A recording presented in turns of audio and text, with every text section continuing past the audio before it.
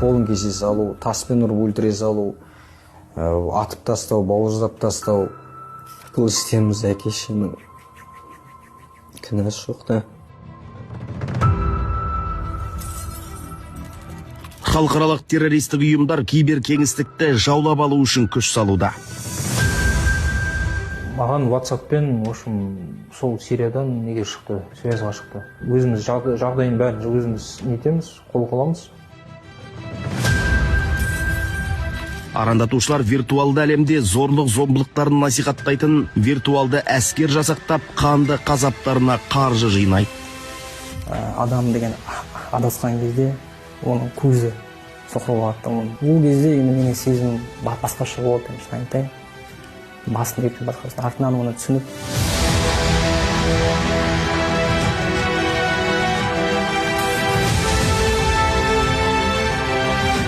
21-ші ғасыр виртуалды әлемнің ғасыры. Компьютерлік техниканың, интернеттің, түрлі желілік құрылғылардың қарқынды дамыған кезі. Құдды бір қайнап жатқан қара базардай. Тауарын сатқан да, сол тауарды таразламай жұтқан да көп.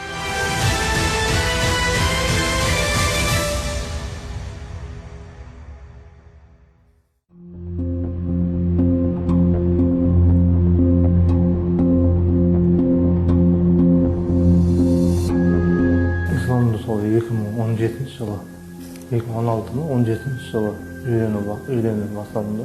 Сол запрещен деген уағыздарды тыңдап қойдым да мен.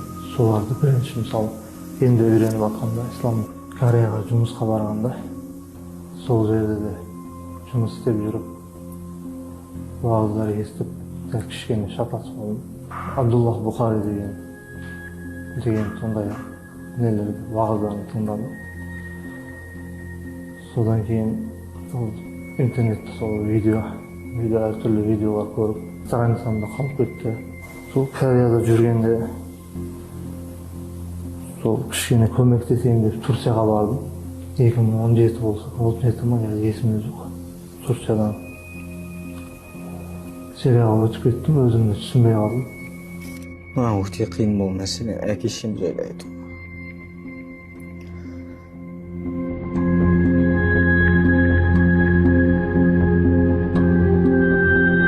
Кезінде жұмыс істеп жүрген кезде маған жұмысқа дым жақсы балдар жұмысқа тұратын, сол намаз оқитын балдар. Ол сол кісілерден мен тек намаздың сыртқы келбетін ғана алдым да, қалған ішкі келбетінің бәрін, нақты нәрсенің бәрін мен интернеттен іздей бастадым.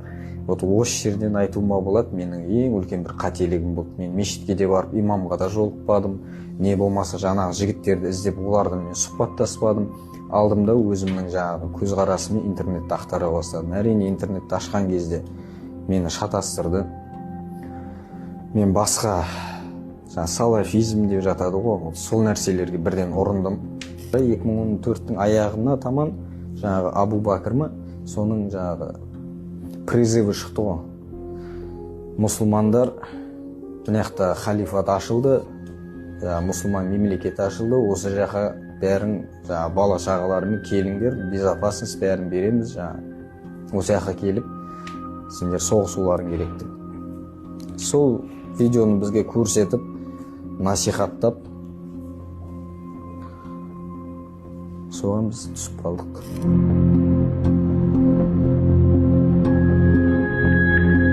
Басқаша реклама болды ғой.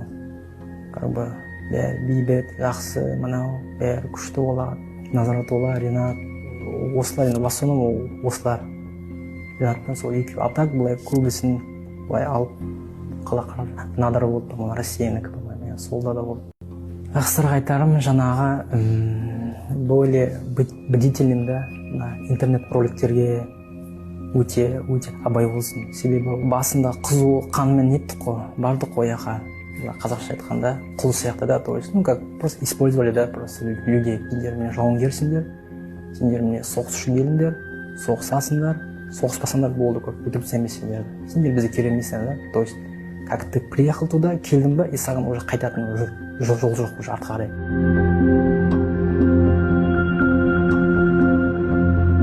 Ұшақ ұрды, мына жарты жағып жасамай қалды, аяқ қолдарым шамасылады. Нақты көрдім мен олардың жаңа қандай адамдар екенін, зұлым адамдар екенін, қалай адамдарды өлтіріп, қандай адамдарға деген қарым қатынасы, көзқарас бәрі şu жерде ашылды да, жаңа нақты 100% дейді ғой, ана убежденность.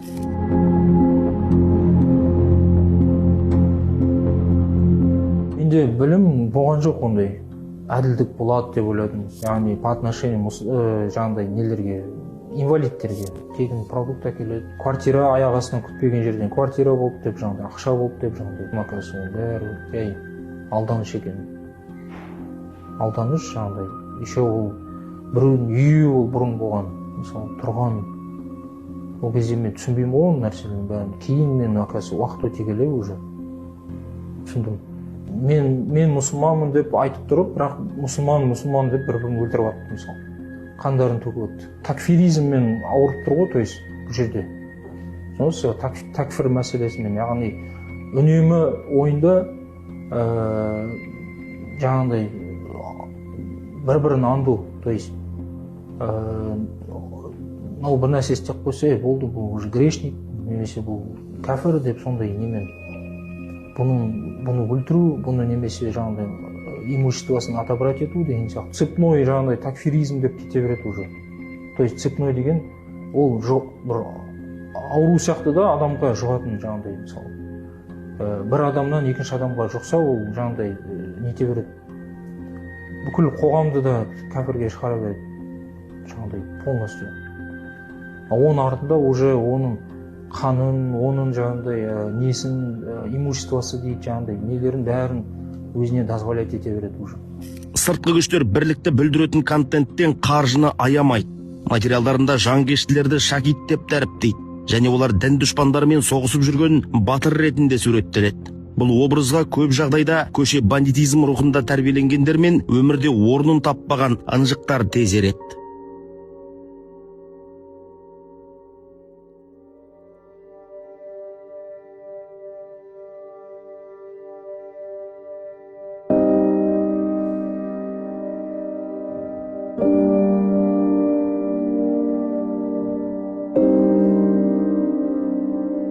Мектептің кезінен бастап өзім шамалы бұзық болдым.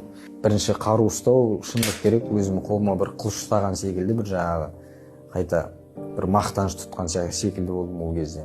Үйде түсіндіргенде бізге поверхностно ғой, біз соның бәрін алып алды да таза эмоциямен жүрдік. Өзімнің бұрынғы надандығымнан, жаңағыдай соқыр сенімдігімнен бүлік орта салафизм идеологиясына ұрынып, сол бүлік орта мен осындай түрмеде отырғаныма себеп. Қазақстанға келгеннен мойындадым өзім қылмысымды. Ешқандай қарсыласқан да жоқпын, апелляциялық жалобы жазған да жоқпын мен. Біз сұхбаттасқан азаматтардың бәрі дәстүрлі орта жолды місе тұтпады. Иманды интернеттен іздеп, түздегі лаңкестерге сенді, ерді, елден кетті. Бұндай еріктеудің соңы есерлік, желігудің желісі жөнсіздік, қызығы көрсеғызарлыққа ұрындырды. Қазір бәрі абақтыда. Интернеттен болды ғой бәрі. Шереді интернет болды ғой. Интернетте сөйлесіп. Солардікі дұрыс деп уағызды ойлап қалдым ба мен. Енді ілім болмағаннан кейін кетіп қалдық қой, білмей, түсінбей қалдық қой. Дұрыс түсінмедік те біз. Имамдардың айтқанын істеп, шоу түсемін деген ойым бар. Тұмы тосқанда, бауырларынан бүкіл енді алақсан халық шығар енді. Ең үлкен алғысын айтқым келеді жаңа. Мен енді түсініп тұрмын ғой өзім істеген қателіктерімнен жаңа.